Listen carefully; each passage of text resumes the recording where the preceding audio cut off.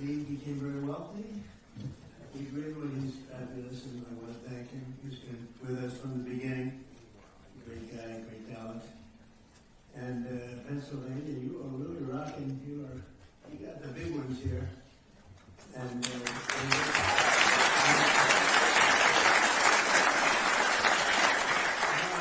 I'm in a world where I'm shaking hands with all celebrity business people mostly, but they're biggest names in business, and they're all spending money in our country, but they're all spending money in Pennsylvania. So I just want to say thank you.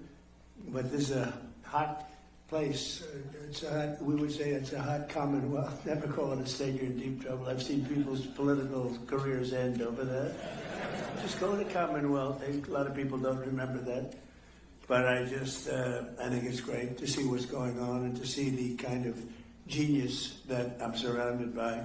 All of the people that I met backstage, but it's pure genius. I want to thank Senator David McCormick for organizing this extraordinary event, and I came to another one with you about a year ago, and that was a monster, but it wasn't like this one. This is even beyond. I was on energy, and it was very impressive, but this is something crazy what's going on.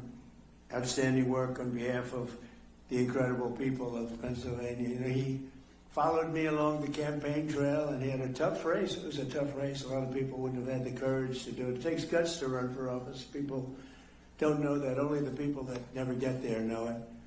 But the fact that you did what you did it once, and you did it really well, but things didn't work out, and you did it a second time against actually a much tougher opponent, and it wasn't even close. So I think he's a great guy.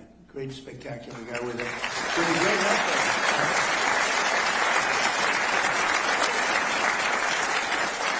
But we're here today to celebrate a colossal victory for this Commonwealth and for the entire nation. This afternoon, we're announcing nearly $10 billion of new investments in our defense industrial base right here in the great Commonwealth of Pennsylvania. And these investments will create more than 4,000 jobs. Pennsylvania workers will build the ships, submarines, trucks, weapons, and industries that will ensure America remains the strongest and most powerful nation in the history of the world. We're doing better now than we've ever done. We have $19.2 trillion.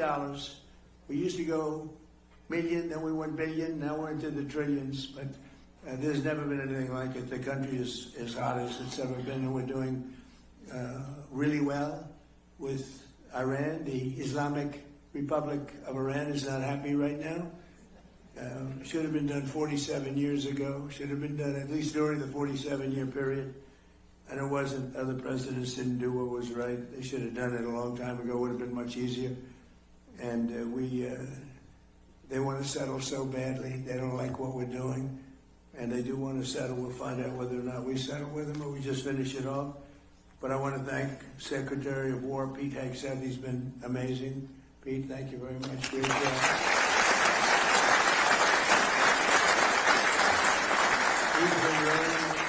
He used to do interviews. All he wanted to talk about is war. Sir, would you give a pardon to 19 soldiers? Why? Well, they killed a lot of people. They were trained to kill, and that's what they did. And I pardoned a lot of people. But they've all been well behaved, right? Okay, good. Otherwise, it'll be a big story. Trump shouldn't have let him go. But I'm blaming you, Pete, okay? But he was very successful, actually, on television. I think he probably hated it because he can't love anything more than what he's doing right now, and he's doing it incredibly well. So, great job, Pete. Appreciate it. Small Business Administrator Kelly Loeffler. Kelly, how are you guys doing? Thank you very much. He's great. Secretary of the Army, Dan Driscoll, who's really out there with that beautiful smile. With that beautiful smile, he's actually a killer. Look at that beautiful, nice face. Everything's so happy. He's a killer. Would you believe it? Those are the best kinds, actually. Commanding General of the Army, Trevor Bredenkamp. Trevor, thank you very much. And a couple of warriors in a different way, but they are great. Scott Perry and John Joyce, congressmen, and they are fantastic, and they've been my friends for a long time. Where are you? Been my friends for a long time. time. They're tough cookies, and they want what's right for the country. Thanks as well to your amazing state treasurer, Stacey Garrity, who is running for governor, and I'm telling you, this guy Shapiro is totally overrated. I watched him the other night doing a speech, and he does not have what it takes. Maybe he'll win, and he's expected to win, but I hear things about Stacey, and I'm hearing some poll numbers that are very good, but Shapiro is, he doesn't have what it takes. Now, people think that's a horrible statement to make, but that's the way politics is. That's the way it is. I tell the truth. Attorney General David Sunday. David, thank you very much. Great job.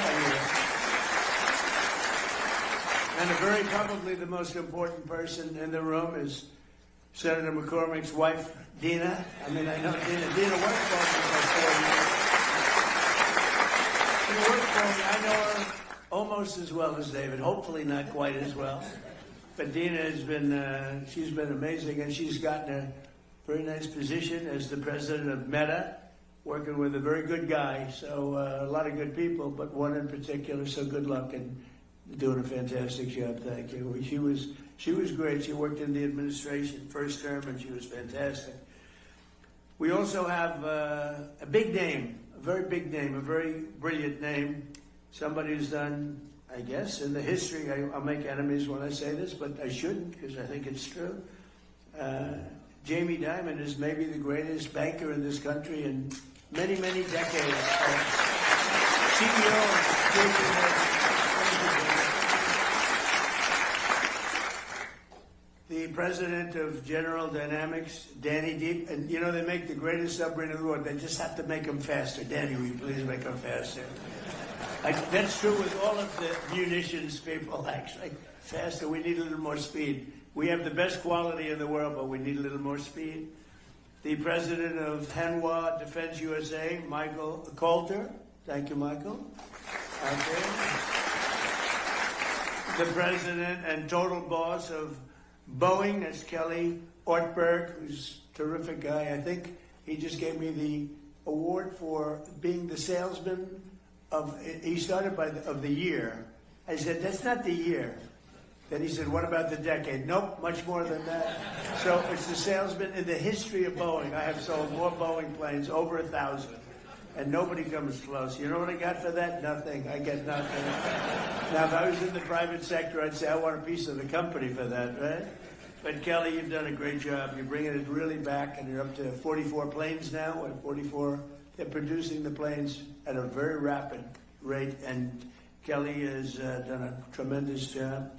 President of Northrop Grumman, Kathy Warden, they showed us a plane that I like a lot. President of Lockheed Martin, Jim Takelett. Jim, thank you very much. Thank you, Jim. Good job you're doing. President and COO of Blackstone, a friend of mine from the real estate wars. He was a brilliant guy. I always said, this guy's always there first. What's with him? John Gray is a real estate genius, and other geniuses. Now real estate leaders don't even have to participate, he said, but you've done a great job, and say hello to you-know-who. He's a tremendous guy. He's been a big help. Steve has been a big help. Co-chairman of TWG Global, Thomas Tull. Thank you, Thomas. CEO of Divergent Technologies, Lucas Zinger. I just saw some of their technology. It's amazing. I saw some of those things backstage. You don't want to talk about them. They're pretty amazing. CEO of EQT, Toby Rice. Thank you, Toby. President of North America's Building Trades Unions. Is the most powerful man in the room. It's Dina for the women, and it's this guy for the men. Sean McGarvey. Thanks. Sean McGarvey. Good guy, too. And the founder of Valor Equity Partners, Antonio Gracious, and he's somebody highly respected by everybody, including my family, my kids, and also helped us tremendously working at the early stages of the administration with cost, because we inherited a cost mess, and he was fantastic, and I want to thank him, and Elon, too. Elon did a fantastic job. This year we're celebrating the 250th anniversary of American freedom, and no state has been more central to protecting that freedom than the Commonwealth of Pennsylvania. Pennsylvania is where America declared its independence, where George Washington crossed the Delaware, where the Union was saved by the heroes of Gettysburg. What a war that was when you read about it. And where Pennsylvania workers poured the iron and steel that won 2 world wars and won lots of other things in addition. With today's announcement, Pennsylvania will play a key role in building the arsenal of freedom to defend our nation in the modern world. We have things happening in this state. I think really people don't know what's happening in Pennsylvania. People aren't really, literally they're not able to even fathom what's going on.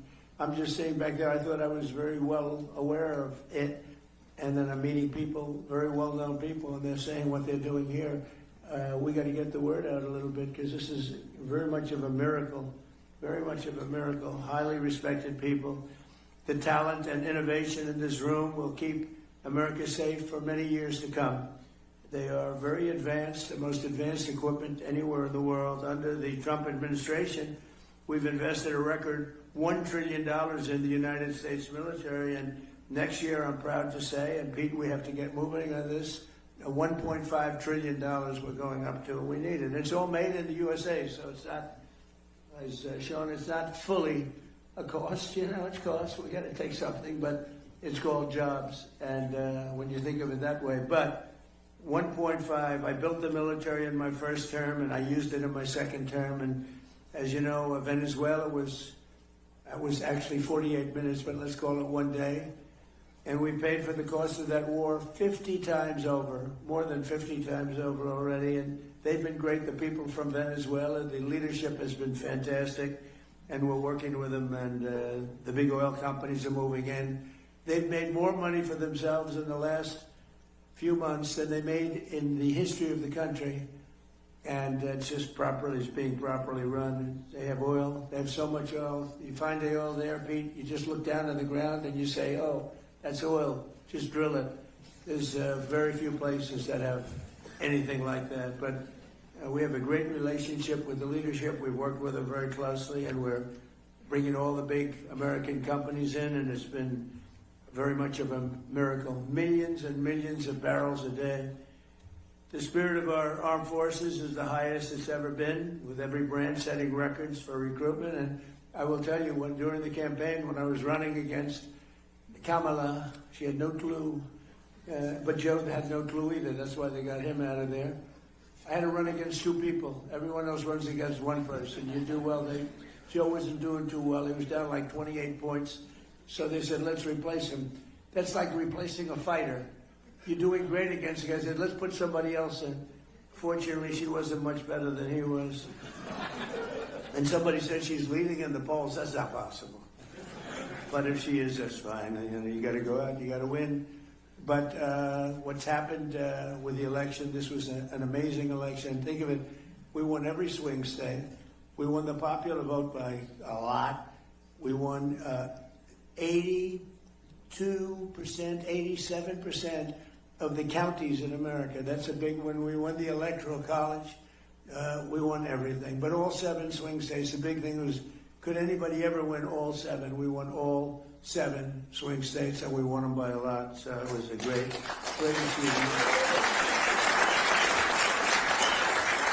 But when it came to joining the military, we had vacancies, empties. We had a situation that actually it was remedied largely, Pete, I think on November 5th when we won. It was even before we took office, it was remedied to a certain extent. And when we took office, so now we have overflow crowds trying to get into the military, and that includes our policemen, our firemen, anybody with a uniform on. They were very ashamed of our country, and now they're very proud of our country. And we're setting recruitment records like we've never had before. In fact, it's a great time if you want to expand the military a little bit. It wouldn't be bad, because we have unbelievable, talented, in good shape, in unbelievably good shape. You know, we had something pass in the United States Supreme Court. It was called merit, and nobody thought that was going to happen. I didn't think it was going to happen, actually. We're trying to get it. And everything now in our country, again, is based on merit. Getting into colleges is based on merit. When you have somebody with great boards, great marks, all A pluses and A's and the highest board marks, and then doesn't get it, because somebody with far less capability gets in. It's nasty, but it's, our country was built on greatness, and it was based on success, it was based on merit. And now we have that, and that includes the military. And the people that we have in this military, you can send most of them to Hollywood, and they could become like movie stars. They are unbelievable, and you saw that in Venezuela. I met them backstage, and these are people that are, it's a whole different ballgame. So I just want to thank everybody. That was a decision, that was a tough decision to make, and it took courage to make that decision. Nobody thought that was going to be made, but they gave us back our beautiful merit system, and now the best people get into the best positions, they get into the best schools, they get into the military. We actually have strong people going into the military now, as opposed to people that aren't strong, or that shouldn't be there. And it's like, I call it central casting. Washington, D.C., we're using the military in there, and our crime rate's down 92%, and it's gone from an unsafe city to one of the safest cities, the capital, one of the safest cities anywhere in the country. Restaurants are booming. The restaurants were all closing. People were afraid to go to a restaurant. We took out over 5,000 criminals. We got them out of here. We got them, sent them back to their country. Many of them came through the Biden open borders, which was insanity. We got them out of this country, and we did a real job in Washington, D.C., and I will say Memphis is a similar kind of a thing. A little bit, we started it a little bit later, but they're down in crime 78%, and New Orleans, Louisiana, the governor called me up, Jeff Landry, great guy. He called me and he said, we have a problem. We have the Mardi Gras coming up, and this place is loaded up with crime. And we sent in the National Guard and others, and it was the safest that is on record, the safest Mardi Gras on record. They've never had anything like it. He called me two days later. He said, I've never seen anything like it. It's a terrible expression. He said nobody was killed. Well, that doesn't sound so good to say, frankly, in one way, but in another way, many people would be killed during Mardi Gras consistently, and now it was the safest they've had, he said, in 67 years, so it's pretty good. But we're going out for the $1.5 trillion this year, and I think we're going to be able to get it. And we're going to get it because we have so much money coming in. The tariffs have made this country so rich, and they've made this country so competitive. In order to not pay tariffs, people are coming out and they're leaving Mexico, and they're leaving, in fact, it was just announced that Toyota is leaving Mexico. Toyota is going to build one of the largest plants in the world, car plants in the world, in Texas. But many, many companies, they left us and they went to Mexico, Canada, Japan, Germany. They went all over the place, South Korea. They're all pouring back. The car plants, the AI plants are all coming back. If they don't, they have to pay taxes. The chips, we had this ridiculous CHIPS Act where you give billions of dollars to a company and they didn't even know what the hell to do with it. You give them billions of dollars, they say they're going to build. Nobody knew what to do with it. And of course the standards were so high. If you weren't transgender, as an example, you didn't qualify. So they get the money, they look all over for transgender people to run the company, large portions. They couldn't find them. They weren't into the chip-making business, I guess, right? They had other things on their mind. But this was the Biden fools, those idiots that almost destroyed our country. But we're also reasserting the fundamental truth: to be a strong nation, you must be a manufacturing nation, manufacturing jobs. When you see these plants start to open, so we're building now at a record that we've never even, I don't think any country's ever approached this record. Again, we have $19.2 trillion being invested, and there's never been anything like it. You go back years and years, and it's China had the record with $3 trillion, and we're at $19.2 trillion. There's never been anything like it. These are going to be starting to open in 6 or 7 months. I mean, it's unfair because, whoever the next president is going to be sitting up here someday and say, what a great job I did. What a great job. I did the greatest job, Jamie. He's going to be talking about what a brilliant president he is. And I'll be home and I'll be saying, that son of a gun. Because we did the job. We did the job. And we're clearing every obstacle to building the defense industrial base. And so many people, I was shaking hands backstage, they just came up and they said, we couldn't even function 2 years ago in this country. We couldn't get anything built. We couldn't get approvals. We couldn't do anything. And now we cannot imagine the change. They said 5 or 6 of the people building defense-oriented things, they said, we have no idea how this has happened to this extent. He said, we look forward to going to work. We get our approvals fast. We came up with a concept like on AI and other things that are big, rather than going to our old, very old and fragile grid. We maintain it, but it's old and not up to date. It was let go by a lot of people that were in my position. They shouldn't have done that, but I came up with the idea to let them build their own power plant. So they're building their own power plant. So, people would complain about the grid, but actually they're giving their excess electricity back into the grid. It's a phenomenal thing, but they're coming up with power. They're doing their own, they're really becoming a utility. They're becoming, actually, in addition to AI, they're also becoming utility. And they're building some of the greatest power plants anyone has ever seen. We don't want wind because it's terrible. Doesn't work. These countries that go to wind, you go to wind, you lose your way, you go out of business. Look at what's happening in the United Kingdom. Wind all over the place. Doesn't work. Too expensive. Everything's made in China.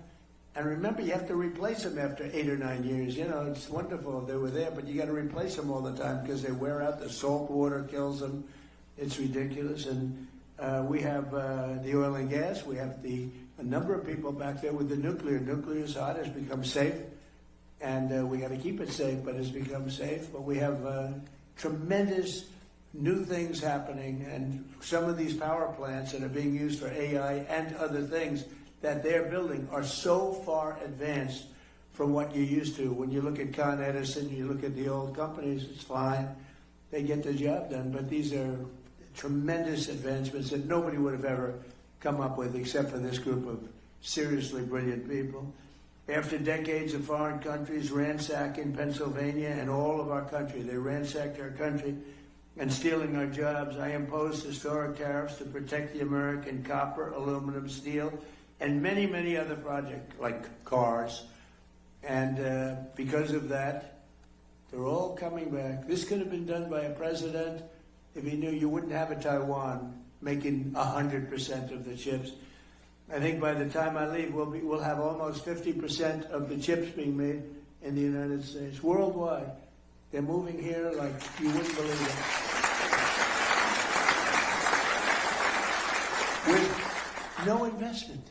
I'm not giving people billions of dollars. I'm not saying to some chip company, here's $30 billion, good luck in finding a site. That's what this stupid CHIPS Act was. Hundreds of billions of dollars just wasted. Half of the people never even used the money. I didn't give them 10 cents. I said, you're going to pay nothing for a year. After that, you're going to pay 10%. After that, you're going to pay 25%. Gives you 2.5 years to build your factory. If you don't build it by that time, you pay 200%, meaning you're sending chips in. You have a 200% tariff. They're building like crazy. And the biggest chip company in the world is building, and they just announced that they're expanding by another $200 billion. They're spending most of their money in Arizona, a great place to invest. But they're spending an extra $200 billion. It's the biggest chip company in the world. But we passed the largest tax cuts in American history. We delivered 100% expensing. That's a big one. I think, we had the greatest economy in the history of our country in my first term. We then got hit with COVID, but even including COVID, we did a great job in COVID. We never got credit for it, but every country was ripped apart by that disaster. We know where it came from. It came from Wuhan, and I said that. But we were all ripped apart, and China got hit very, very hard. It was delayed. They got hit very hard at the end. But it was a terrible thing, but we had the greatest economy in history. And before COVID, nobody had ever seen anything like it. But if you just took those 3 years and look at what we're doing now, we're going to blow them away. I mean, unless some horrible event happens, which is always possible. You always have to at least think about the horrible events. Who would have thought that COVID could have happened? A thing like that could have happened. But we delivered 100% expensing, and that expensing, I think, we write it off in 1 year. I have friends that bought things that, frankly, they didn't need. I have a friend that never flew on a private plane in his life, and he ended up going out buying a very expensive private plane because of expensing. 1 year, And a lot of you're building your plants more importantly than an example like that. You're building your plant and equipment. Jamie can expand his bank right off everything in the first year. And you're doing a nice job. Your building is beautiful, by the way. It's great. You can write that sucker off in 1 year. Can you believe it? How that stands up there, that steel. I want to know that steel contractor. He did a good job. A great job, actually. But we delivered 100%, and I felt it was very important to do so. And it goes for a 10-year period. So it doesn't just, I actually want to make it for 1 year. Because I figured everybody's going to come. 10 years is too long, but we had a couple of senators that really wanted, including a man named Lindsey Graham, who we love. And Lindsey, we pay you respect because he was some special guy. Lindsey, David, was a big proponent of 10 years instead of 1. In other words, you could use this for 10 years instead of 1. I said, but Lindsey, 10 years is too long. It lets him, it gives him too much time. He said, oh, no, we have to do this. I said, no, go ahead, Lindsey. What the hell do you know about business, Lindsey? Right? But he was great. We're going to miss him, right, David? We're going to miss that guy. What a way he was.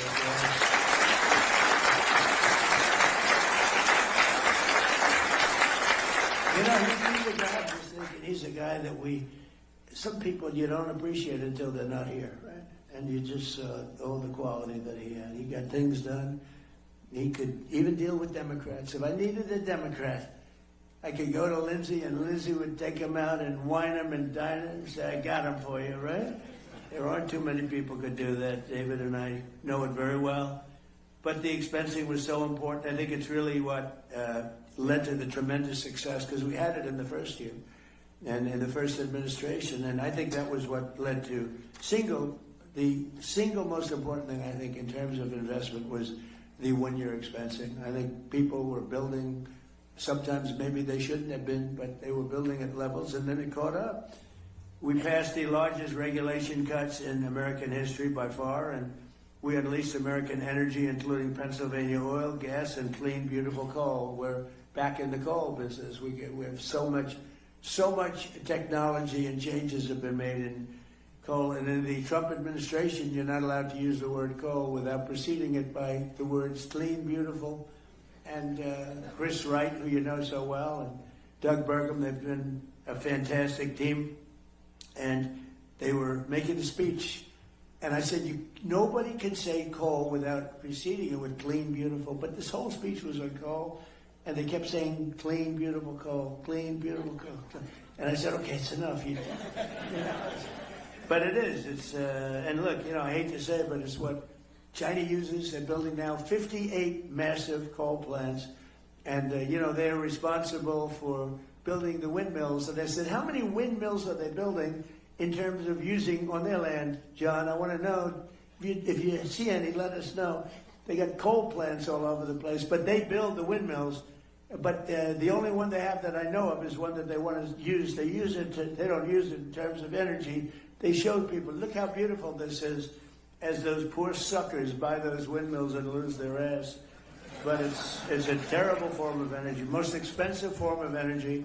It's intermittent, doesn't work, and in my opinion, it kills the environment. It kills the birds, but it's visually, it's terrible. It's terrible. It's a terrible thing. And I'm proud to say that we have approved almost none. I think none, but we are. Everybody's under an order. No wind. We don't want the windmills. We don't want them, and let somebody else use them. But everybody using them is in very big trouble. They're in energy trouble because they don't work, and very expensive, most expensive form of energy, and they don't work. And I've been saying it for 4 or 5 years, and people still buy them. Maybe not quite like they used to, but people still buy them. It's crazy. But we unleashed American energy, including the Pennsylvania oil, and the Pennsylvania oil is doing unbelievably well. We saved the great American company, U.S. Steel, and I worked with Selena Zito. I don't know if Selena is here. Selena here? Where's Selena? Where is Selena? I love Selena. Where is she? She's queen of the Rust Belt. But you're no longer the Rust Belt. You're really the Money Belt. I have a new name. Selena, are you here? I'm here. Come on up here, Selena, will you? She's the queen. She's the queen of the Rust Belt. Now she's the queen of the money. And be careful. Don't fall down the stairs like Biden. Come on, Selena, get down here. Grab her, everybody. I want to show you a woman that knows what she's doing. You know? She knows what she's doing. I had no idea she'd be here, but anything having to do with Pennsylvania, any of these great states, she's around. Selena, I want to thank you. You're really a talent. That's only because she writes so well about me. You know, if she wrote badly, I'd say, get her the hell out of here. Selena, thank you, honey, very much. We appreciate it. Really amazing. Thank you. You know, she loved this area. She loved the people, and she saw it going to hell. And she knew more about it than anybody else. And she also knew it had more potential because of the people. And she would write about it like nobody would believe. And she's one of the top writers in the country. I hate to say this, she writes for the Washington Post. But she's one of her many outlets. I hate to mention that, but she's done a phenomenal job of explaining what's going on. And she really just believed in the area, but she believed in the people of the area. They're incredible. You're going to find all of you geniuses that are building your plants. You got the best people in the world working here. So just to finish up, we did more in terms of regulation cuts by 5 times, 6 times, and even in some cases, depending on the way you look at it, 7 times than any other president. We delivered no tax on tips, no tax on overtime, and no tax on Social Security. And we're building a beautiful military complex and a ballroom combination at the White House, and they were working on Saturday and Sunday, partially Sunday. And I went and visited a couple of hundred men that were working round the clock. It was Saturday night, late, very late, 11 o'clock in the evening. And I said, you're so lucky I'm president because there's no tax on overtime. Think of it. They're making a lot of money, and there's no tax on overtime. But there's no tax on tips, no tax on Social Security. And that's been good. And the other thing we did, which seems simple but never done before, when you buy an automobile, some people have to pay and they have to go and borrow money from a bank. You're allowed to deduct the interest payment from your income taxes, and that's a big deal. But only if the car is made in America. So that's been great. So all of these things have added up to a level that we're booming. The country is booming, and we'll have Iran defeated soon. They'll be defeated very soon.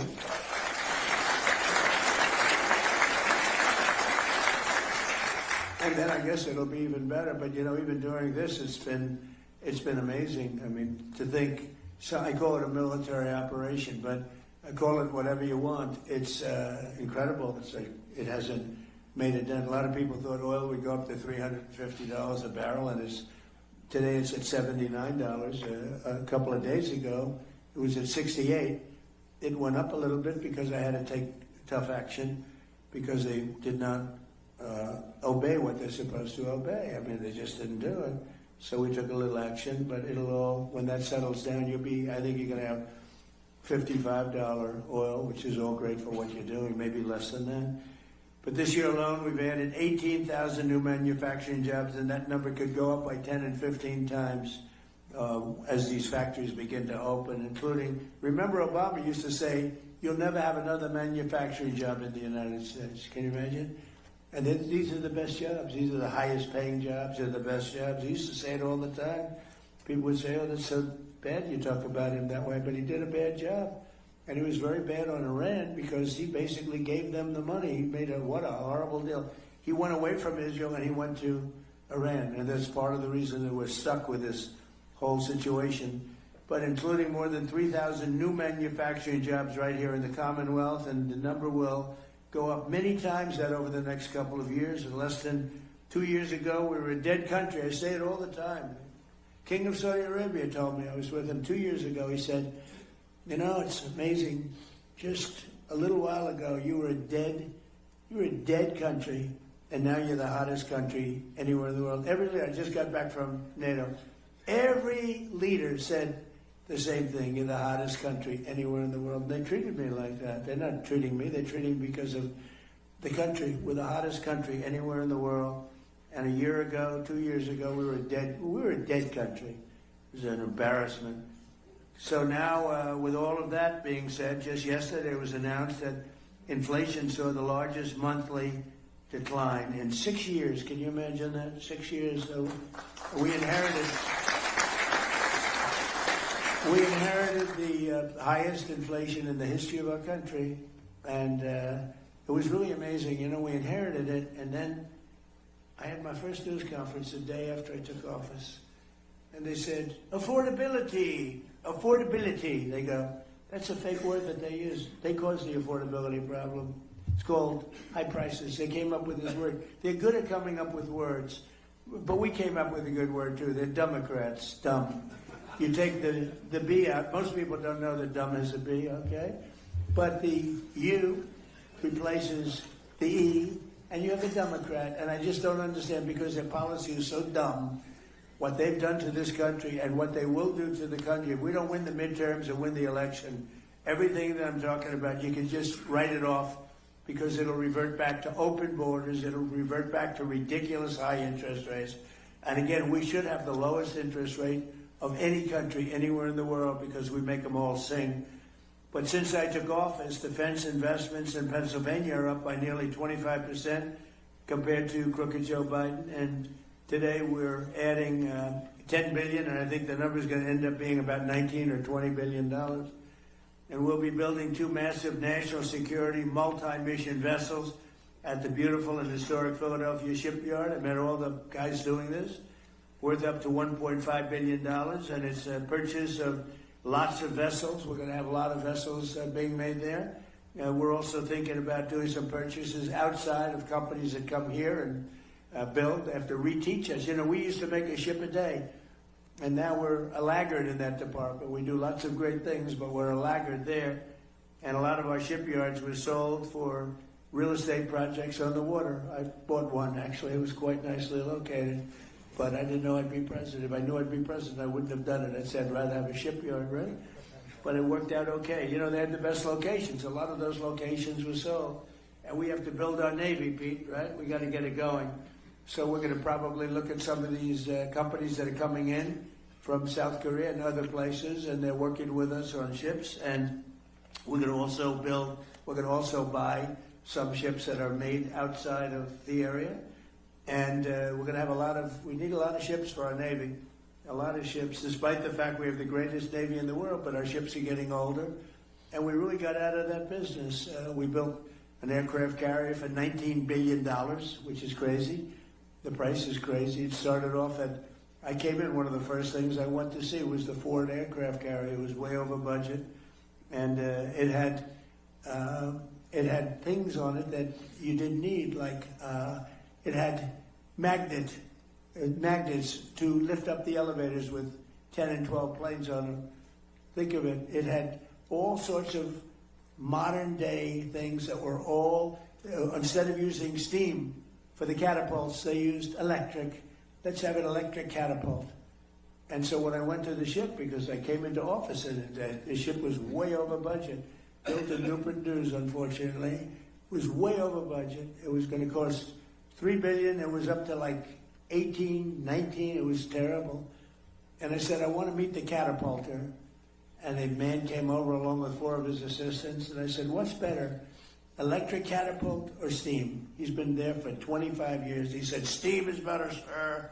We can fix it with a hammer and a blowtorch. When the electric goes bad, I have to send to MIT to get geniuses over here. I said, steam is better. Yes, sir, it's better. So why did they do electric? Because you can have the catapult go like this, but you can't put planes on it, sir. It takes you 39 seconds. By the time the 39 seconds is up, you have a full head of steam. And I love breathing that steam, sir. That's the cleanest air you've ever seen. But I said, so you're saying we spend billions of dollars extra to build electric catapults instead of using... And I said, what else do you hear? He said, the elevators are no good, sir. They're lifted up by magnets. So here's my deal. I said, when Caterpillar tractor, and I watch more tractors than any human being on earth, rip rock, right through rock. It's all hydraulic. So I said, when Caterpillar goes into the business of using magnets to lift up their little blades, when they go in and when they go away from hydraulic, I'll tell you what, I'm going to do something. I'm going to start using magnets, but we don't want to use them. So we're not letting Pete, We're not letting any more ships be built with the ridiculous billions of dollars more they spent on electric catapults, and they're not good. They're not nearly as good, too complex.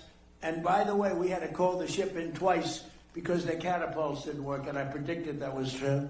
And the same thing with the magnetic elevators. We want them to be made hydraulic, which it can be hit by lightning, it can be hit by anything. When a little water touches the magnets, it doesn't work anymore. You're in the Atlantic Ocean with waves that are 60 feet high, and the Pacific Ocean with waves that are 70 feet high, and they're talking about magnets. It makes you want to get sick.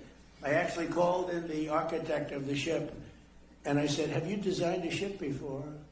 Well, I haven't spent a lot of time on that, sir. No. Even the cab, the tower, they have it in the back instead of in the middle. It's supposed to be in the middle where you have more room. I said, why'd you move there? Well, we thought it was very good. Why did you do it? And why is the ammunition under where the admiral is, the tower? They have the tower, and they have the ammunition under the tower. I say, if I'm the enemy, I know where I'm aiming. These people, and the thing costs like $20 billion. It's ridiculous. All right, so we're changing all of that, right, Peter? Well, you'll be fired so fast if you don't. No, but a lot of this is common sense stuff, really. I mean, I hope I'm not boring anybody, but it's all common sense. This isn't exactly part of my speech, but I got to tell you. I'm getting it all out now, and all the anger I have when I hear about electric catapults that don't work.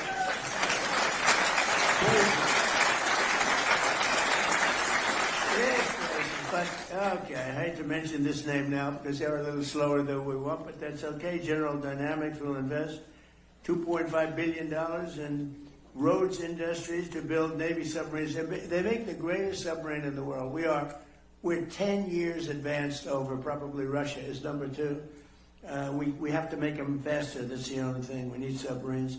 But they make a great product. In all the cases we make, if you look at the Patriot missile, if you look at the Tomahawk, which is the offensive, if you look at all of the things that are better, we have to make them faster. That's the only thing. And Dan, you got to get them going a little bit, right? Yes, sir. We have to make them faster. And Peter and I have meetings with them every month, and they're all building new plant and equipment. Boeing is building it. I see Kelly, a lot of them, 4 of them, and it's very important. So this massive new investment by General Dynamics is going to create right here 1,500 new jobs. The munitions firm Day and Zimmerman in Philadelphia will provide $2.3 billion worth of operations, maintenance, and support to the Hawthorne Army Depot. And EOS in Pittsburgh have just agreed to a multi-million-dollar partnership with the Department of War to build. Don't we love that name better? We won World War I. We won World War II. Then we decide to go politically correct. Let's go with defense. No, it's war. And I said to Pete, Pete, don't you like that better? He said, used to be Department of War. And then we got politically correct. And we go in and knock out the Middle East and go home. Everybody said, why did we do that? What did we get? But we did. We had greatness, and that's what we have again. Now we have greatness again. As an example, Venezuela. Where do you have here? When was the last time you heard that you had a war and you paid for it 50 times over? We have wars and we lose money. We have wars, we blow up something and we leave. And everybody said, what was the purpose of that? Nobody can answer the question. We don't do that anymore. But EOS in Pittsburgh just agreed to a multi-million-dollar partnership with the Department of War to build energy storage technology in support of our Golden Dome missile defense shield. We're building a Golden Dome over our country, and it's going to be a very effective one. We had 111 missiles shot a few weeks ago by our lovely friends from Iran. They were aimed at the Abraham Lincoln, which is a beautiful aircraft carrier, by the way. The SS Abraham Lincoln, 111 in a short period of time. Out of the 111 missiles shot, 111 missiles were knocked into the sea easily. Think of that.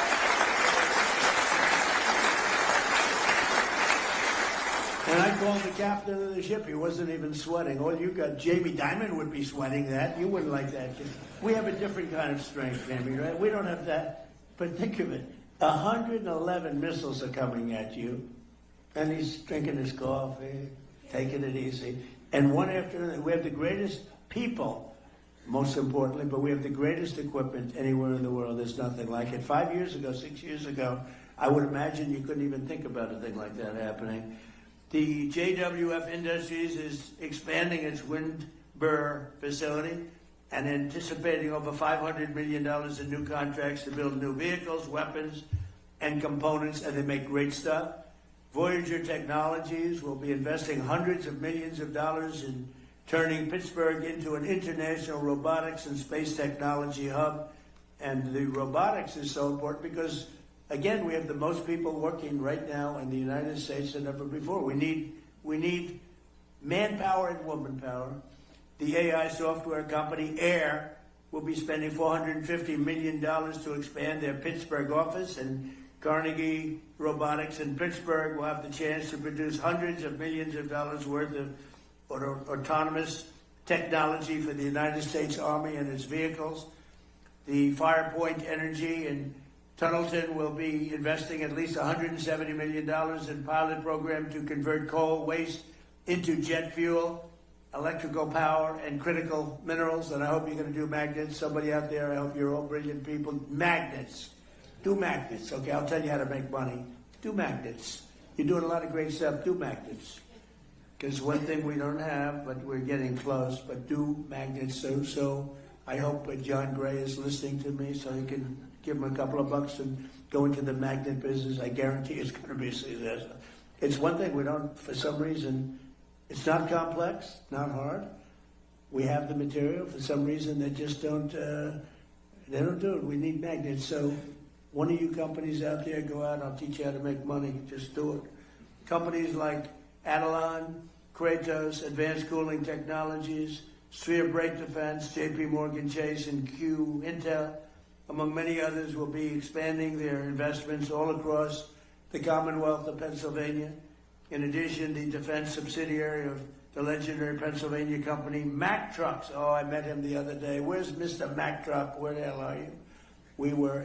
He was great, making a beautiful, thank you very much, making a beautiful truck. He's trying to sell 15,000 of them to us, 15. I said, how many are you looking to sell? Sir, 15,000.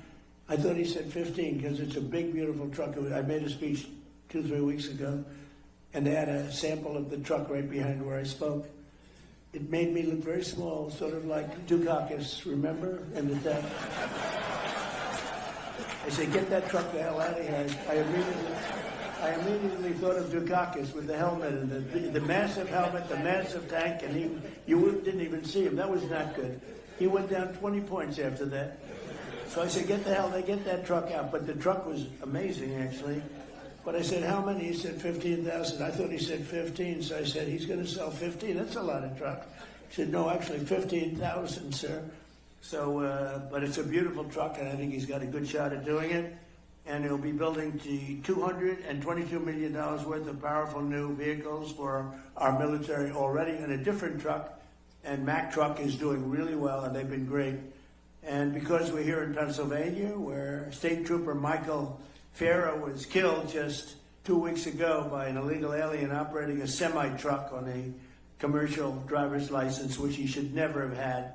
He was here illegally, came in through Biden.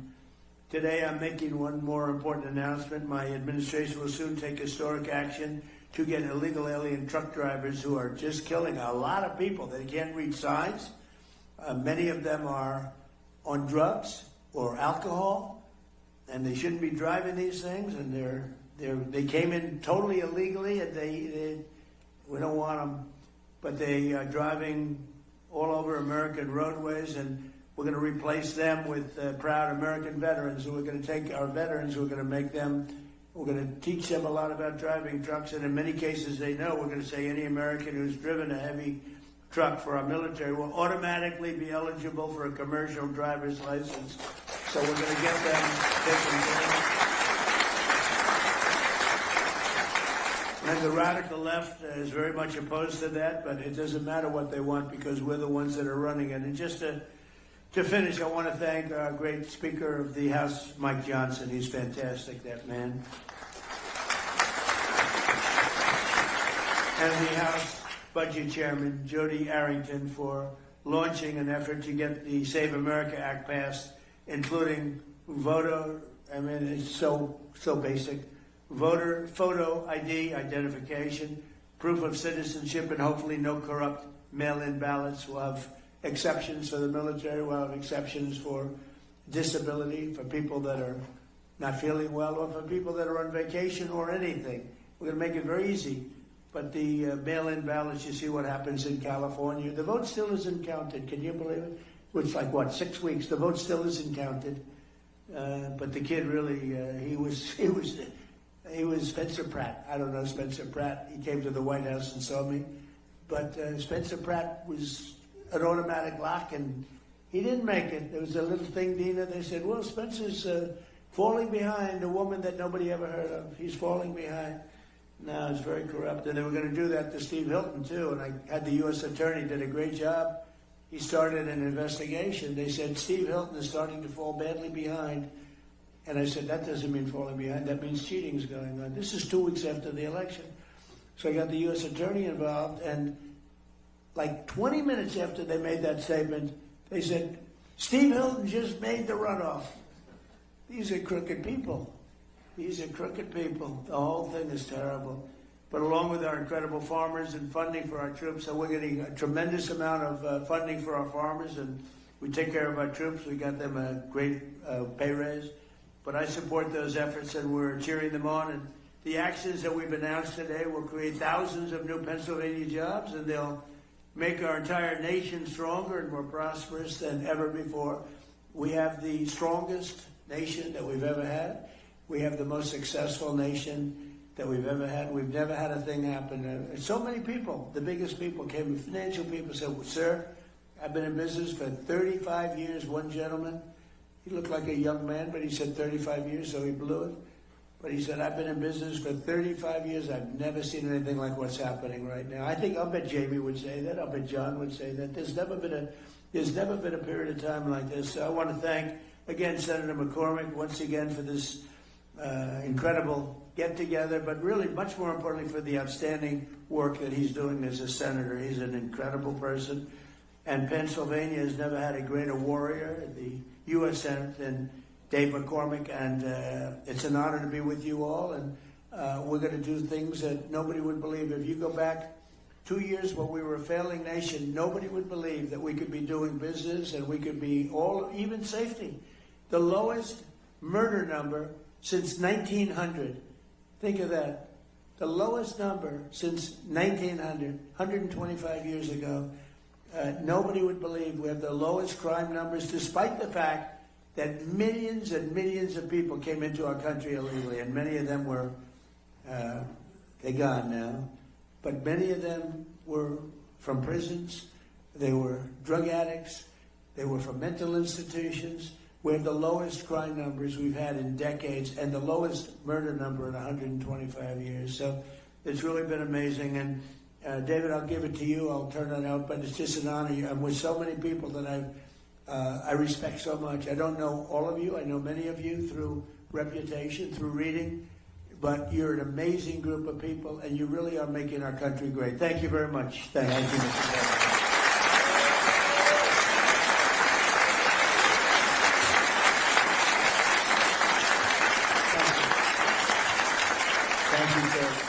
We are so honored to have you here. I know you've got a special love for Pennsylvania, and Pennsylvania has a special love for you. And this is all about your vision of peace through strength.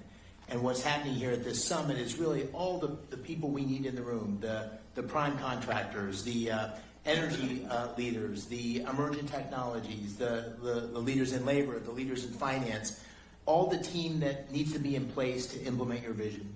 So if somebody with you, what I'd like to do is turn to the Secretary of War, let him make some remarks, and then draw in some of the business leaders we have here. And I'll say the one little story is when I was on the campaign trail with the president, one time I walked off the stage and he said, you know what I like about you? He said, you don't talk too much. He said, you don't go on and on. There was somebody else there, I won't say who it was, he was going on and on. He goes, keep it short. And so we'll all keep it short. Thank you, Mr. President.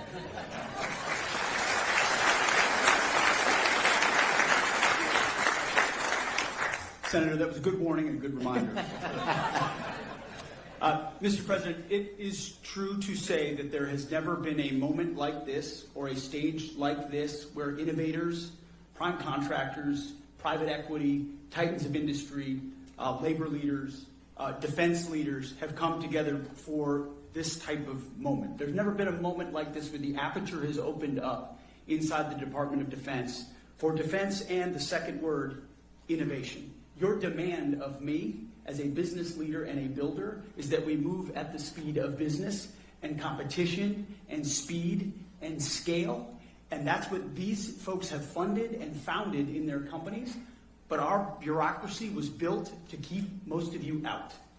And we've been waging a war of attrition against the Pentagon bureaucracy to open up the aperture and make sure competition and speed and innovation and commercial options have a seat at the table. Not just great prime contractors who've been there for a long time, but many of our great companies that make many of our best systems started to look a lot more like the government than they looked like business. And so what the president does behind the Resolute desk with prime contractors, and you've been at those meetings, and I've been at those meetings, and it's a reminder to all of us that our nation needs the best weapons, not tomorrow, but today. And we need these companies not just adding an extra shift to the factory, but investing in another plant and another plant and another manufacturing line, which is what's happening here in Pennsylvania and all around the country. So when you talk about the arsenal of freedom, this is only something that a builder-in-chief could unleash, and you're doing it, sir, on American manufacturing and our industrial base across the country in energy. But in defense specifically, this is a generational investment in the future of our warfighting capabilities that our country has not seen since Ronald Reagan, and this one is bigger. Because what Joe Biden and previous administrations did to our military, you talk about a dead country. Well, we had a dead department, a Department of Defense, that was doing things the old way, sending the same money in the wrong direction, red tape, and monopolizing certain platforms. And you said we won't do it anymore, and the American warfighter requires that we change how we do these things. And we're going to hold the big guys accountable, which is what you do behind the Resolute desk with executive orders and no stock buybacks and no more delays. And we demand that you build new plants. And then we're also going to make sure the new runners, the fast runners, the young guys, the companies, the tech companies, our best innovators have the ability to get into the Defense Department. You shouldn't have to sue your way in to the Department of War, which is what companies in the past have had to do in order to compete. I hope these companies can attest the fact that because of President Trump's leadership, we have an entirely different department.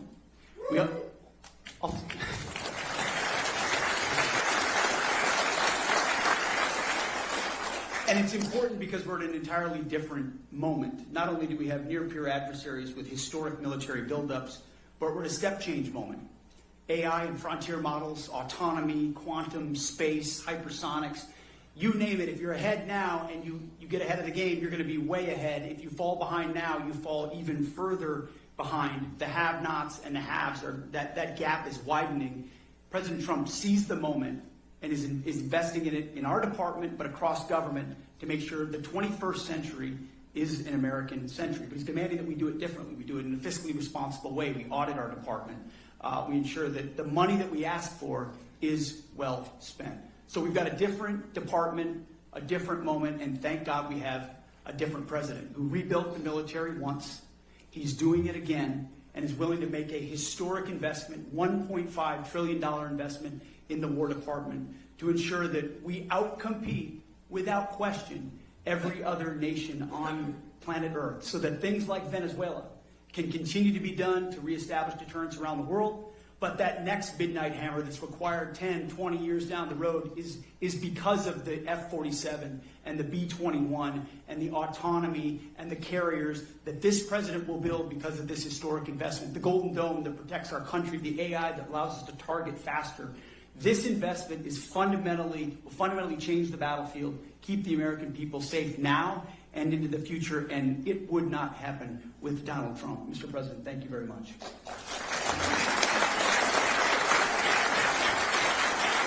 Thank you, Mr. Secretary. Thanks for everything you're doing. You know, last year, it was almost a year to the day, Mr. President, where you were in Pittsburgh for the Energy and Innovation Summit that Dina and I hosted. And one of the biggest announcements on that day was John Gray, from Blackstone, a $25 billion announcement. And so I thought we might start with a year later. Here's where we are. And I think what you're hearing from the business leaders in this room, the people in Pennsylvania, is the amount of investment and the level of activity is on fire. And John's a perfect example of that. So John, if you could just give us a quick update. Sure. It's great to be here in Pennsylvania. President Trump, I want to start by thanking you for the deep commitment to supporting investment in American innovation in infrastructure, AI, and defense. Senator McCormick, I want to commend you once again, and Dina, for hosting a summit here in Pennsylvania focused on the vital national imperatives. We were together a year ago in Pittsburgh. We announced that $25 billion in digital and energy infrastructure. We said we'd do it over a decade. Since then, we've acquired multiple data center sites. We've made enormous progress in our joint venture with local utility PPL, and we're proud to report that we're on track to invest over $40 billion and do it in 5 years.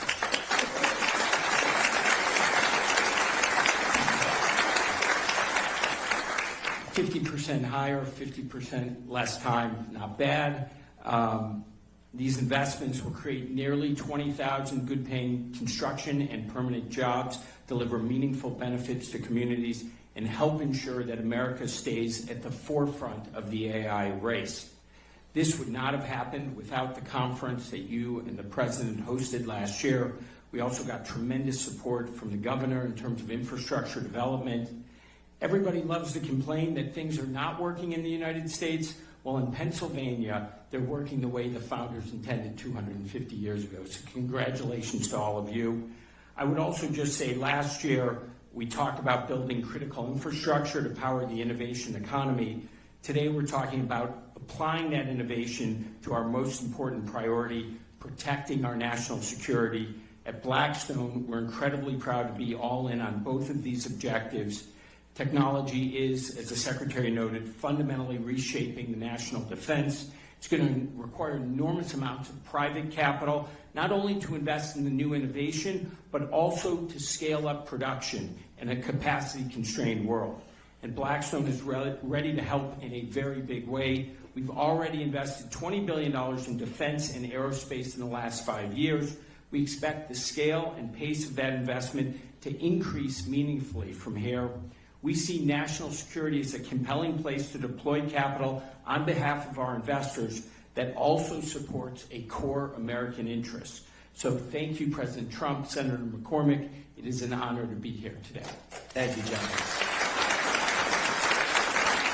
Well, sir, you noted this, but one of the strongest voices in corporate America, someone who has spoken out in very similar terms as you have about peace through strength and about the need for America's military and economy to be strong, is Jamie. And Jamie's really taken this on. He's written extensively about it and made this a priority for J.P. Morgan in terms of national defense and resilience. So, Jamie, I wanted to just call on you and ask you to describe why you think this is such a priority and how the things we're doing here and the President's agenda is supporting that. So, thank you. Mr. President, Mr. Secretary, Senator, there's nothing more important for our country. In fact, don't think it's an exaggeration to say for the whole free and democratic world that America maintain the preeminent military supported directly by the preeminent economy of the world. It's not too soon. We got behind, but God knows this is now, you guys have ignited the American dream, and you've ignited security and resiliency. You've reignited that arsenal of democracy that we have in this country, and it's just critical. There's a microcosm in Philadelphia, obviously in Pennsylvania, Philadelphia. I was at the Philadelphia Navy Yard this morning.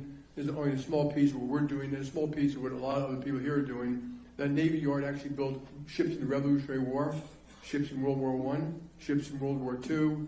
It was closed down at one point, but the local government and the federal government have reopened it up. You now have ships that are going to be built there by Hanwha, a Korean company, and Rhodes Industries. They're both adding 400 or 500 jobs. People should remember when they add those jobs, there are another 5,000 jobs to be added to support it. A lot of small vendors, contractors, et cetera. And we're also helping, very importantly, to ignite that American dream part, is to get the kids, whether older, younger, whatever their backgrounds were, trained. and there's a school there, partially by Hanwha and partially by the government, to train welders. These welders get paid while they're in an apprenticeship. They get health care while they're in an apprenticeship. When they graduate, I think after 16 weeks or something like that, they make $80,000 a year. That is the American dream. They go on and buy a house, get married, have a family, etc. And this is one small effort. That's one microcosm. We need to do this around the nation. In fact, to help some of the other nations around the world, friends and allies, do the best they can to rebuild some of their militaries. So my hats are off. I applaud everyone in this room who's helping this effort. There's nothing more important to leave this world safe for our children. Mr. President, thank you.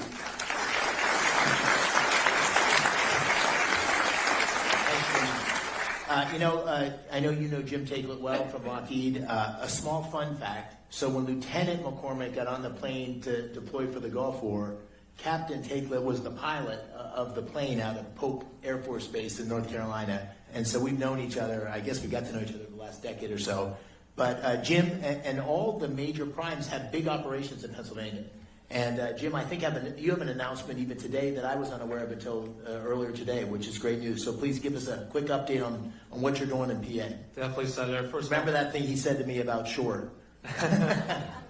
First of all, Mr. President, thank you for inspiring all of us to get together at an event like this. Secretary Hegseth, really appreciate your driving the acquisition transformation that is very much needed, as you just described. And Senator, this is an amazing gathering. For organizing it, you and Dina, really, we all owe you our thanks, so I appreciate doing that. So I was born and raised on the north side of Pittsburgh. My dad was a Boilermaker. And if I could have welded a straight bead and passed his test, Sean, I'd probably be in Boilermakers Local 154 in Pittsburgh right now. But it worked out that I'm here today with you. And people like my dad from Pennsylvania, the workers that we have in this state are why we have 5,000 employees here already. And what we're going to announce today is in our Archbald, Pennsylvania plant, where we make missile components for air defense missiles, sir. We're going to add another 700 jobs. We're going to double the size of the plant, invest $60 million, and add 160,000 square feet to that plant, doubling its size.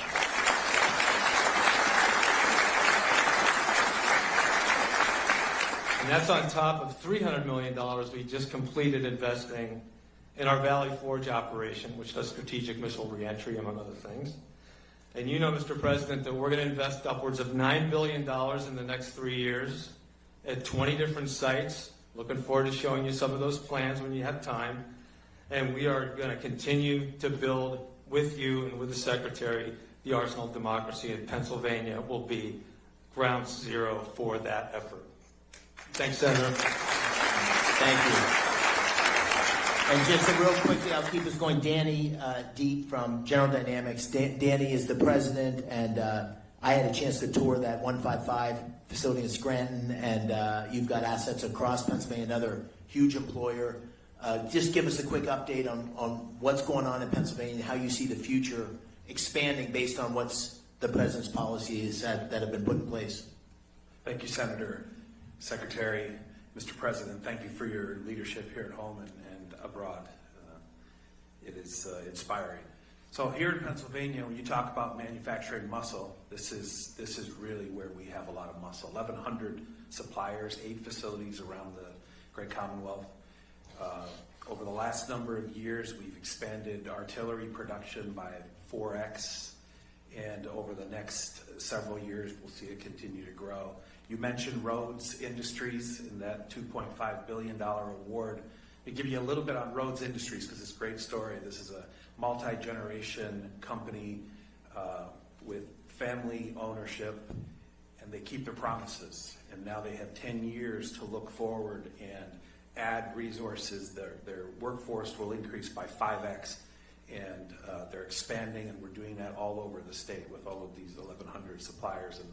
And thank you for your leadership to do that, and we're committed to deliver Virginia-class and Columbia, and that's what Rhodes is going to work on, and we don't make aircraft carriers.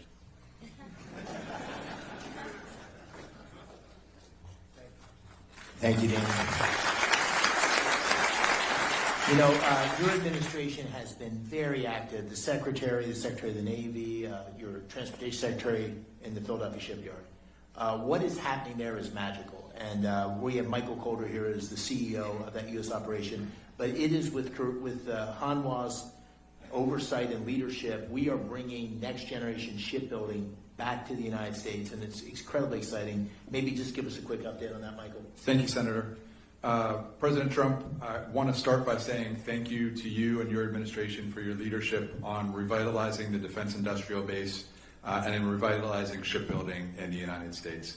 Mr. Secretary, I've been in aerospace and defense industry for decades. This is the most business-friendly, industry-friendly administration we have ever seen.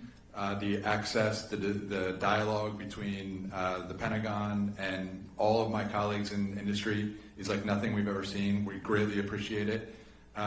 Because of that access, the President's leadership, and the demand signal, Mr. President, that you have sent on defense budget, we now have an environment that Senator McCormick has been able to pull together here where we have defense industry leaning forward, we have private sector, private capital leaning forward. Mr. President, your leadership has led to all of that. We're very grateful for the opportunity to build the radar ships that you announced today.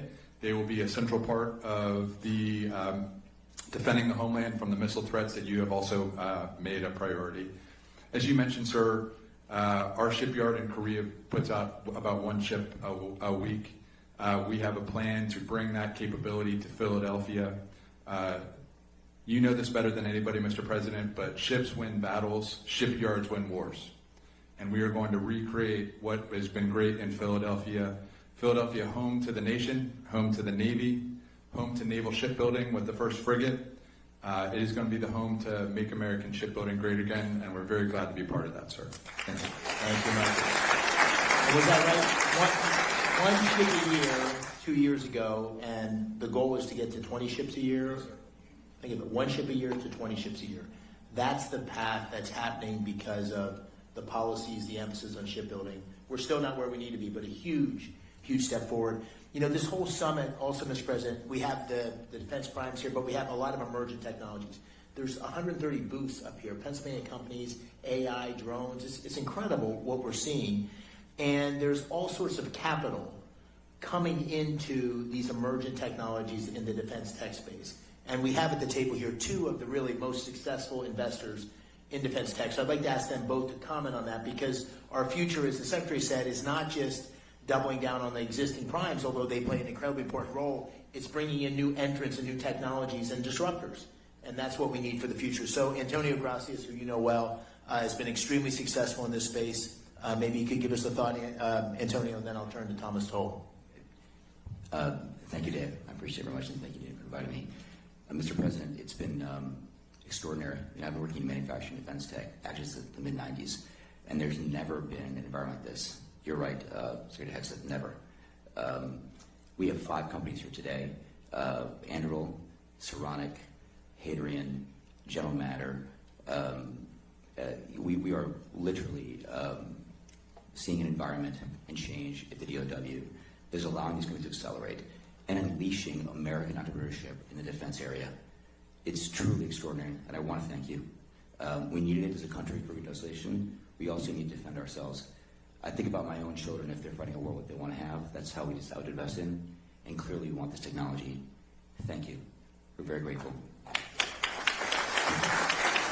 Thank you, Antonio. Thomas? I live here in Pennsylvania, and the atmosphere that you've created, sir, under your leadership, Secretary Hegseth, Senator McCormick, we've invested billions of dollars in defense tech because we know that we need it. We know that we have to, we live in a dangerous world, and we have to defend that, and we have to be leaders. We've invested in companies like Gecko Robotics here in Pittsburgh, and without the change that you're causing, these things aren't possible. So I just want to say thank you very much, and it's going to make a massive difference for the next 20 years.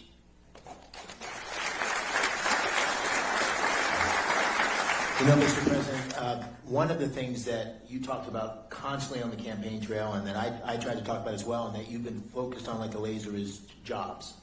And what's happening here in Pennsylvania is that if if you go to and talk to any manufacturer or any job site, they can't get the skilled workers they need because there's so much new investment and activity going in. So we need to take advantage of this moment and build the workforce. In Pennsylvania, we have an incredibly skilled workforce.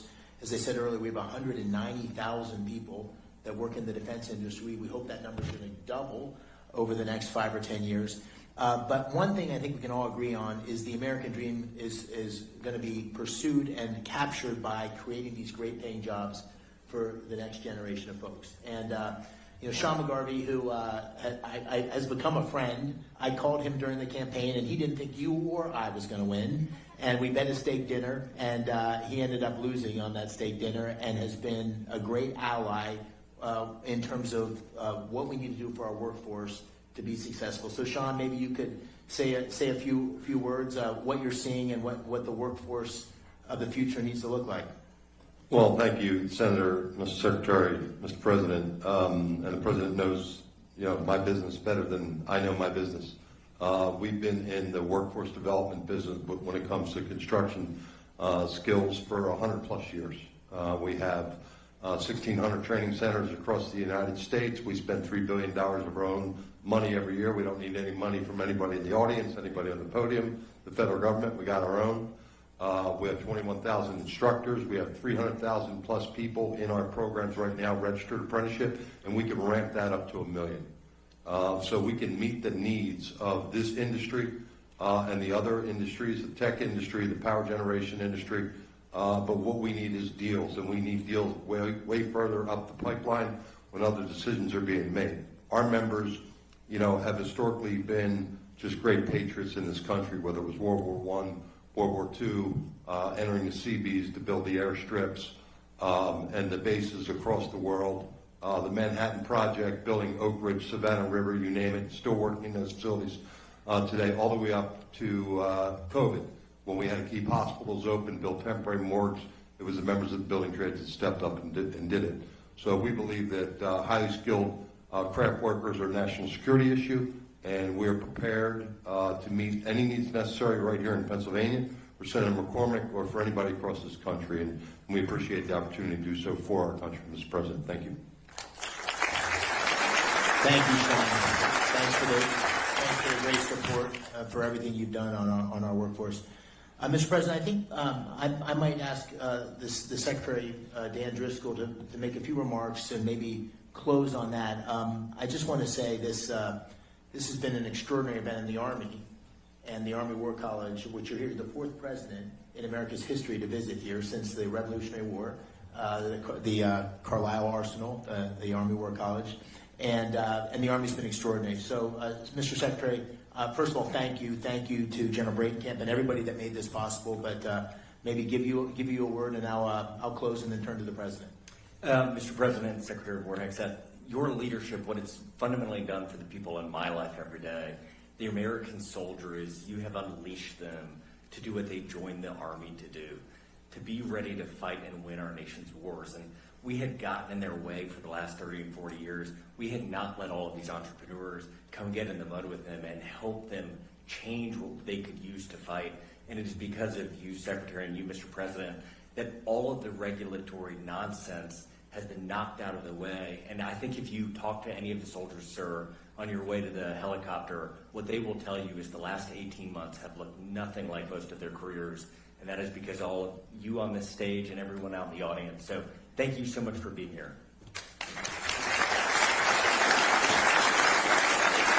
Mr. President, just let me close with the following remarks. I think we're in the middle of an enormous transformation in America that's being led as a result, or taking place as a result of your leadership.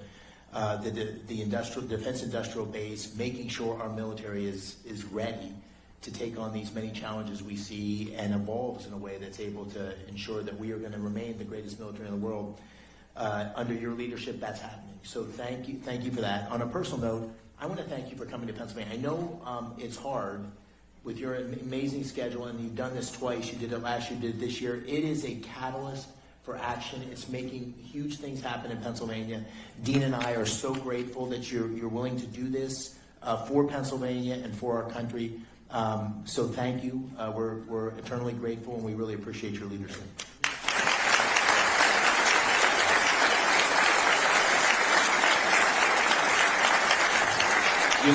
Sir, would you like the final word? Well, I just want to say thank you all very much. This is an honor that I won't forget, and I appreciate your saying I've been here twice, which is pretty much maxed out once a year, but I'll be here again next year for you. Thank you. Thank you. Ladies and gentlemen, the 45th and 42nd President of the United States, thank you.